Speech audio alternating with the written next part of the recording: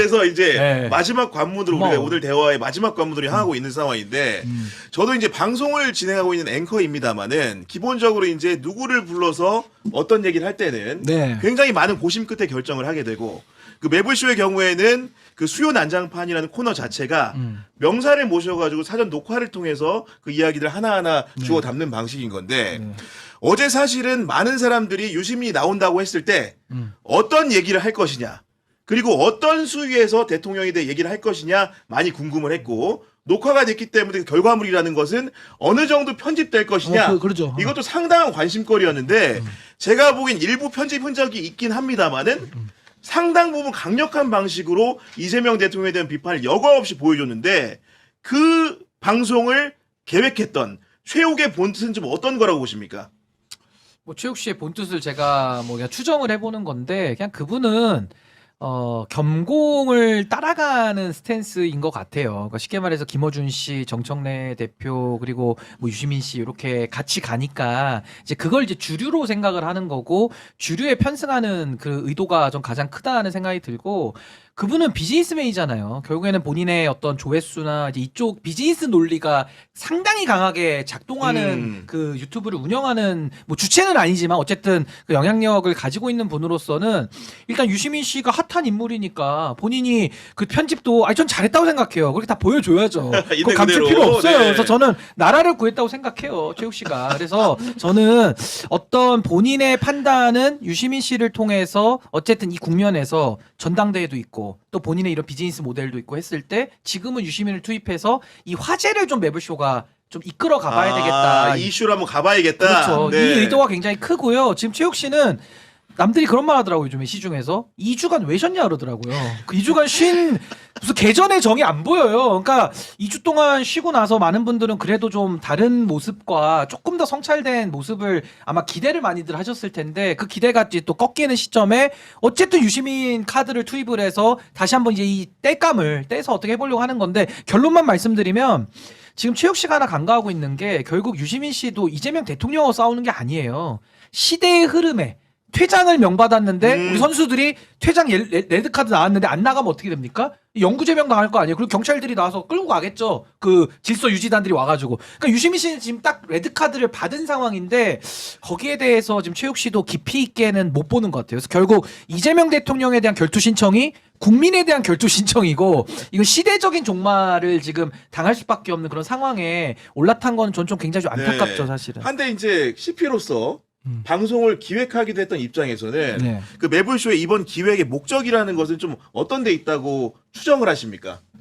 저는 사실 매불쇼를 안 봐서 그러니까 이번 건은 어쩔 수 없이 어쩔 수 없이 방송 때 봐야지 지금. 제 예. 보세요, 가끔. 일이니까 본 건데 저는 다른 이유보다 이런 얘기 좀 보지도 않는 놈 이렇게 얘기해서 죄송합니다만은 좀 그만 좀 징징댔으면 좋겠다는 생각을 어제 했어요. 너무 징징대더라고. 프로는 노징징이거든요. 그래서 내가 이것 때문에 조롱 당한다. 나는 의도가 그게 아니다. 막 이러면서 그러니까 네. 그런 의도가 혹시 많이 이 프로그램 기획에 들어가나? 그러니까 뭐 처음에 최강욱 불렀다가 조롱받고 다음 타자 또 불렀다가 김용민. 이게 또 맞고 또 계속 부르고 그런 건가 싶을 정도로 징징대더라고요. 근데 사실 접시 위에 올라가면 손 타는 거 아닙니까? 그죠? 당연합니다. 네. 저도 욕 많이 먹는데 오해도 받고 조롱도 받고 본인도 조롱하더만 뭐 그리고 남들 그리고 비판도 받는 거지. 그러니까 쟁얼쟁얼 뭐 그게 좀 아니 그리고 조롱은 제잘 조롱은 좋은 방식은 아니지만 조롱이 또 필요할 때가 있죠. 그걸 뭐 풍자라고 보기도 하는 건데 조롱은 언제 정당화되느냐? 매불쇼 구독자들이 그렇게 처음부터 조롱을 하고 그랬을까요? 우리 시민의식이 안 그래요. 그렇게 안 합니다. 처음에 좋은 얘기 하죠. 이거 좀 아니지 않습니까? 이거 아닌 것 같은데 한두 명이 붙죠. 이게 작전 세력이 아니고 여론이 그렇게 모이죠. 아니라고 댓글도 쓰고 DJ 대통령님 말씀에 따르면 담벼락 가서 욕도 하고 침도 뱉고 하는 거예요. 근데 안 듣네? 그럼 그 다음부터는 사람들이 할 수 있는 걸 다 총동원하죠. 그러니까 이제 조롱의 단계까지도 가는 건데 최욱 씨가 하는 거는 문제가 있죠. 권력자가 조롱을 왜 합니까? 권력이 없는 일반 시민들이나 대중들은 조롱을 풍자의 형태로 할 수 있는 거예요. 근데 그것도 못 받아들이겠다? 근데 본인은 권력 갖고 있으면서 패널들 조롱하고 소리 지르고 막 그래요. 그러니까 그것도 조롱도 누가 조롱을 쓰느냐에 따라서 정당화 범위가 다르단 말이에요. 그러니까 최욱 씨는 속상한 건 제가 알겠는데 그 정도도 못 버틸 멘탈이면은 시사방송 그만하고 사랑만 하세요. 사랑만. 연애. 그 연애 재밌게 잘 푸시더만. 저도 그러면 연애 옛날에 재밌게 봤거든요. 그러니까 그런 정도의 본인이 다룰 수 있는 것만 하는 게 맞지. 뭐 감당도 안 되는데 뭐 그걸 가지고서 막 조롱한다고 뭐 화내고 그 구독자들과 싸우고 그게 보기 좋습니까? 그 그릇을 본인이 넓힐 수 없다면은 자신에게 맞는 그릇의 옷을 입는 게 더 낫지 않겠나? 그럼 아니, 구독자도 올라갈 그 거예요. 하나 그러면. 생각난 게 있어요. 그 생각도 어제 방송 최욱 씨는 본인이 KBS 진행할 때부터 검찰 개혁에 대해서는 일관적으로 발언을 했는데 그때는 누구도 이렇게까지 댓글 안 걸다가 뭐 반발을 안 했는데 최근에는 너무 조롱하고 너무 그래서 다 봤다. 어리둥절해하더라 이렇게 말씀을 하시더라고요. 제가 이 상황을 최욱 씨께 좀 뭐 이해를 돕는데 뭐 설명이 될지 모르겠으나 어제 그 방송에서 이제 마키아벨리 얘기를 했잖아요. 유시민 작가가 마키아벨리를 되게 희한한 방식으로 동원하던데 마키아벨리에 있는 걸 저도 그러면 좀 꺼내서 인용을 해드릴게요. 오, 좋습니다. 군주론에 보면 그 통치자가 집권하는 과정에서 거짓말 하라고 해요. 거짓말 할 수 있다. 그리고 집권하고 난 뒤에 그 권한을 선하게 행사하면 되는 거다라고 해요. 종국적으로 결과론적으로 예. 권력을 잘 쓰면 된다. 그리고 그 뒤에 어떤 구절이 있냐면 집권하는 동안 약속했던 공약 그거 만약에 집권하고 나서 그 공약 지키려고 보니 이게 국민 그러니까 유권자들한테 조금 안 좋은 영향을 미칠 것 같더라. 그럼 약속 지키지 마라. 그거 괜찮다. 그거 통치자가 그 약속 지킨다고 하는 게 오히려 더 나쁜 거다. 그렇죠. 안 좋은 영향이 있을 것 같으면 안 하는 게 당연히 맞는 거지. 그래서 네. 최욱 씨가 물론 통치자는 아니지만 그때 KBS에서 논의하던 그 검찰 개혁과 지금 수사 기소권이 완전히 분리되고 난 뒤에 보안 수사권 그래서 실제로 장용기 사건을 둘러싼 이 대안을 논하고 있는 이거는 그때 당시랑 달라요. 다른 거죠. 측면에서 달라 논의에. 그래서 네. 그때랑 일관적으로 얘기를 하고 있으면 당연히 비판받습니다. 그러니까 이재명 대통령께서 약속하지도 않았지만 보통 그러더라고요. 검찰개혁 약속해놓고 왜 안 지켜라고 하더라고요. 설령 보안수사권 폐지까지 약속하고 집권했더라도 이게 막상 집권하고 보니까 보안수사권 폐지하면 국민들한테 피해준다. 그럼 그 약속 지키면 안 되는 거죠. 이렇게 최욱 씨가 알아들었으면 좀 좋지 않을까. 군주론에 나오는 겁니다. 아니 그리고 제가 한 칸 더 이제 여쭤보고 싶은 게 어떤 거냐면은 우리가 다스베이더도 사실은 녹화했을 때 설설설이 되게 많았고 그 중에 하나는 대통령을 상대로 강력한 비판이 더 있을 거라는 식으로 얘기가 됐는데 막상 뚜껑을 열어보니까 생각보다 비평의 수위가 약했는데 오늘 이제 어제 나왔던 매부쇼 같은 경우에 똑같이 녹화 방송인데 훨씬 더 강력한 언어들이 많이 구사가 됐어요. 어떻게 보면 네. 화자가 출연한 시점은 그다지 멀지 않기 때문에 대동소이한 얘기를 했을 거로 추정이 되는데 네. 그럼 결국 의심할 수 있는 바는 누구는 편집을 많이 했고 누구는 편집을 적게 했구나 그런 판단인 것 같은데 그런 판단의 차이는 어디서 온다고 보십니까? 아니, 김어준 씨가 훨씬 더 촉이 좋은 거죠. 그리고 비즈니스 마인드가 훨씬 더 강한 거고. 그러니까 결국에는 김어준 씨는 그때 그 방송을 많이 드러낸 거죠. 그러니까 내용은 똑같았다고 저도 맞아요. 보는데 많이 드러내서 최대한 그 파급을 좀 줄이려고 노력을 했던 것 같고 아마 김어준 씨는 파리 가가지고 굉장히 많은 성찰을 좀 하고 온 것 같아요. 그러니까 정청래 후보에 대해서 올인해서 안 밀잖아요. 그때 그 조국의 아픔이 있어가지고 올인해서 밀었더니 3등 했잖아요. 3등 이건가? 하여튼 요 3등 했잖아요. 그러니까 이번에는 정청래 3등 사태를 만들면서 본인이 책임질 수는 없다. 아마 그러니까 오늘도 송영길 후보님 또 모셨더라고요. 그러니까 이런 식의 이제 균형을 좀 찾으려는 나름의 노력을 하는데 최욱 씨는 이제 겸공과 항상 논조를 비슷하게 가다 보니까 그 비즈니스적 성찰, 비즈니스적 촉이 좀 떨어지니까 그냥 앞장서서 깃발 들고 지금 나갔다가 편집도 재밌게 했겠죠. 근데 지금 이 파장이 이거 심상치 않은 어떻게 방향으로. 막을지 네. 모르겠고 아마 매불쇼가 이게 제 예상입니다.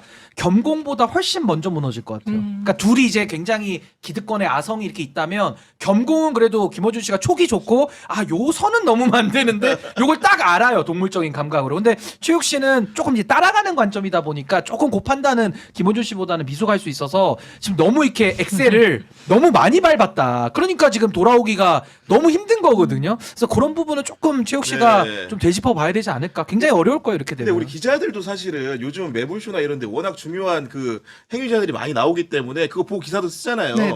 그러니까 이번에 방송 보면서 좀 어땠어요? 저는 뭐 비유적으로 표현하면 사실 김어준 씨는 장사꾼이고 최욱 씨는 엔터테이너다. 그죠. 저는 사실 그렇게 보고요. 사실 그래서 이게 덜어낸 걸 기준으로 봤을 때 날것으로 내보낸 최욱과 편집점이 들어갔다면 그 김어준 정확히는 씨를 모릅니다. 네. 비교한다면 사실은 더 나쁜 거는 편집을 한 부분이라고 생각을 해요. 그게 어떤 의미냐면 이제 궤변과 문논리를 좀 편집 없이 보여주면서 이 비판이 가능하도록 네. 하는 것과 입맛에 맞게 편집하고 본인의 어떤 구독자 수 아니면 사업에 영향을 미치지 않는 선에서 그걸 재가공하는 것을 비교했을 때 사실 재가공하는 입장이 저는 진실을 호도하는 선동이라고 보거든요. 그래서 사실 무지한 게 선동보다는 좀 나은 게 아닌가. 또 그런 각도에서도 볼 수 네. 있군요. 생각을 해보니까 그런 말씀 주신 거고 지금 시청자 여러분 중에서 물병자님 같은 경우에는 구교영 기자님 사랑합니다 주셨는데 너무나 감사드린다는 말씀 좀 드리는 거고 어쨌든간에 끝으로 이제 정말 마무리해야 되는데. 그 예전에 우리 신윤기 대표가 매불쇼 이제 본인 그 스스로 나왔을 때 우리 방송 나와가지고 그때는 여흥꾸로 잠깐 이렇게 얘기를 했는데 상대방에 대한 예의도 있었기 때문에 솔직히 당시에 매불쇼를 나오겠다고 본인이 결심한 중대한 사유는 뭐였어요? 그때가 이제 2월 달로 제가 기억을 하는데 그때도 이제 이런 뭐 반명이다라고 제가 규정 짓고 나온 건 아니고 그 안에서 행행해지는 그 수위가 이거는 반명적 행위들이 너무 많이 보여서 저는 그때 당시에 그 서민석 변호사 추천 문제 그 특보 임명한 문제 굉장히 심각하다고 저는 봤는데 그걸 가지고서 약간 좀 장난 비슷하게 그걸 좀 이렇게 소화를 시키는 게 저는 이거는 좀 제가 수인할 수 있는 한도는 좀 넘은 거 아니냐 그 판단이 좀 있었고 무엇보다 제가 매불쇼 안에서도 감사하죠 일단은 왜냐면 저도 어쨌든 거기서 이야기할 수 있는 기회를 준 건 고맙지만 이건 당연합니다. 고맙지만 제가 거기서 이야기하면서 굉장히 힘들었던 게 최욱 씨가 답을 정해놓고 가기 때문에 제가 이야기를 하면 같은 얘기로 듣지 않아요. 그러니까 최강욱 의원이 얘기를 하면 그 말이 맞냐 틀리냐를 이제 검증을 해봐야 되는데 그냥 무지성으로 이거는 뭐 너무 옳은 말로 수용하고. 되는 거고 제가 좀 반대되는 얘기를 하면 거기에 대해서는 마치 이게 무슨 검찰주의자식 그러니까 아까 그 우리가 그 딴지에서 저런 거 만들어서 적으로 규정하는 이런 문화를 누가 만들었을까? 이 방송에서 나온 거거든요. 그 인식 자체가 모티브가. 그러니까 저는 그런 게 굉장히 버티기가 좀 힘들고 저는 그래도 정치를 하겠다고 마음 먹고 제가 방송을 하는 사람이기 때문에 저는 제 발언 다 정치적으로 들으셔야 됩니다. 근데 저는 그걸 미리 얘기하고 하다 보니까 저는 방송을 하는 것도 제가 그 방송 자체의 재미만을 위해서 하는 건 아니고 이걸 통해서 우리 사회가 올바른 방향으로 저도 가기를 바라는 마음에서 하는 건데 그게 안 되는 거예요. 그러니까 안 되니까 저도 뭐 여긴 내가 있을 때가 아닌가 보다. 절이 싫으면 중이 떠나는 거고 떠나간 거죠. 네, 그런 말씀 혹시 하고 싶은 말 있어요? 네. 뭐 저는 사실은 되게 시큰둥하고 냉소적으로 그냥 보고 있는데 오늘도 제가 뭐 SNS에 썼습니다마는 아무리 훌륭한 문학 평론가라도 그 문학 평론이 한강 작가의 작품보다 뛰어날 수는 없어요. 당연합니다. 네. 아무리 전륜한 음악 평론가라도 뭐 비틀즈 음악보다 위대할 수는 없는 거 아니에요. 뭐 아무리 통찰력이 뛰어난 경제 평론가라도 그 경제 평론이 경제를 움직이진 않거든요. 그냥 그 현상, 그 대상을 이해할 수 있는 틀이고 도구일 뿐이에요. 그 평론가라는 거는 원래 유시민 작가가 묘사한 딱 그대로의 존재인 거예요. 그냥 돌아다니면서 입 털고 다니는 애들인 거예요. 무슨 철거할 수 있고 그럴 역량 자체가 없는 애들인 거예요. 어떻게 평론가들이 모여가지고 진영을 철거합니까? 네? 애초에 그런 능력이 없고 불가능하죠. 네. 근데 유시민 작가님 머릿속에 평론, 비평이라는 건 굉장히 위대하고 강한 것인 모양이에요. 상대방이 나서서 95대 5로 밀어붙이면은 당대표도 짜빠뜨릴 수 있다고 믿는 뭐 그런 건가 봐요. 저는 그렇게 생각 안 하거든요.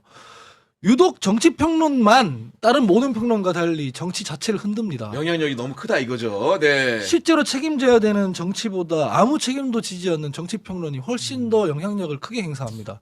김어준, 최욱, 유시민 다 마찬가지고요. 저쪽 진영의 전환길 뭐 다 마찬가지예요. 이거 비정상적인 상황이에요. 저 사람들이 지금 뭐 경향신문 같은 매체한테 재래식 언론 운운하는 것 자체가 웃긴 거예요. 경향신문은 어쨌든 간에 회사 내에서 게이트키핑이 있을 거고 데스킹을 받을 거 아닙니까? 그죠? 그리고 제도적 통제를 받을 거고요. 그리고 사장 뭐 임기 있을 거고요. 그럼요. 네. 그런데 자기들이 대한 언론임내 소위 야랄 하고 다니는 사람들은 아무런 법적 통제를 받지 않아요. 그 안에서 무슨 저 아이템이 어떻게 취사서 선택됐는지 아무도 알 수 없어요. 그냥 최호 기자는 정하는 거 아닙니까? 아까 물었잖아요. 어떻게 정하냐고. 본인이 그냥 정했겠죠. 그런 거는 언론이 아니에요. 대한 언론이 아니라 그냥 그 평론인 거죠. 평론이라는 건 원래 힘이 그렇게 세지면 안 되는 거예요. 그냥 그 안에서 그 콘텐츠 마음에 드는 사람들끼리 소비하고 넘어가면 그만인 거고, 정치가 이제 정상화되려면 저기에 이렇게 마치 꼬리가 몸통 흔드는 여기에 계속 딸려가서는 안 된다고 네. 저는 생각하니 여러분들도 시큰둥하게 저걸 봐주시고, 저희 같은 애들이 떠드는 것도 야 이거 쟤네들 잘하네 이러고 마셔야지 이입을 하시면 안 됩니다. 저희 같은 애들이 영향력을 가지면 안 돼요. 아니 그래서 저는 신뢰받는 언론인 그 통계를 자주 인용을 하던데 그게 아마 시사인에서 하는 걸로 맞아요. 알고는 네. 있어요. 근데 그러니까 평론의 문제도 맞고 저는 언론이라고 하면 언론인도 그냥 언론인끼리 이건 하는 게 맞다고 생각해요. 왜냐하면 지금은 언론인과 뉴미디어를 운영하는 주체가 이제 뒤죽박죽이 되면서 그냥 어쩔 때는 언론인이야. 정보가 필요하고 취득할 때는 언론인이고 책임져야 될 때는 나 유튜버인데 뭐 이렇게 이중 기준을 쓰거든요. 그러니까 저는 차라리 이거는 뭐 분류를 나눠서 그러면 뭐 신뢰받는 뉴미디어인을 따로 하든지 이거를 손석희 앵커나 뭐 이렇게 막 뒤죽박죽 해가지고 이 순위를 매겨버리면 나름의 것도 하나의 공신력을 또 줄 수 있기 때문에 전 우리 사회에 아까 하원기 소장님 말씀하신 대로 이 굉장히 중요한 문제 전 지적하신 거고, 평론가의 과다대표 부분이나 이 언론인과 유튜브의 이 혼재 문제는 조금 한번 우리가 되짚어볼 부분은 분명히 네. 있다. 뉴미디어 이거 생겨서 미디어 환경 변화했다는 이유로 정치평론하는 인간들이 무슨 대단한 투사나 사상가인 것처럼 막 하고 있잖아요. 그냥 입 털고 다니는 애들이에요. 제가 봐도 그래도 우리 하원기 평론가 우리 신인규 대표 얘기 들으면 두 분은 단순 평론가는 아닌 것 같다는 생각이 많이 들어요. 보면은. 저희는 정치인이라는 청와대 가야 돼. 그렇지. 정치인이라는 정체성이 그 정체성이 중첩돼 베이스인 거야, 있어요. 기본적으로. 중첩돼 네. 있으니까. 예. 알겠습니다. 그래도 저희가 대변인일 때 만나지 않았습니까? 저희가 그게 된 일입니다만 5년 전에. 다른 정당이었죠. 알겠습니다.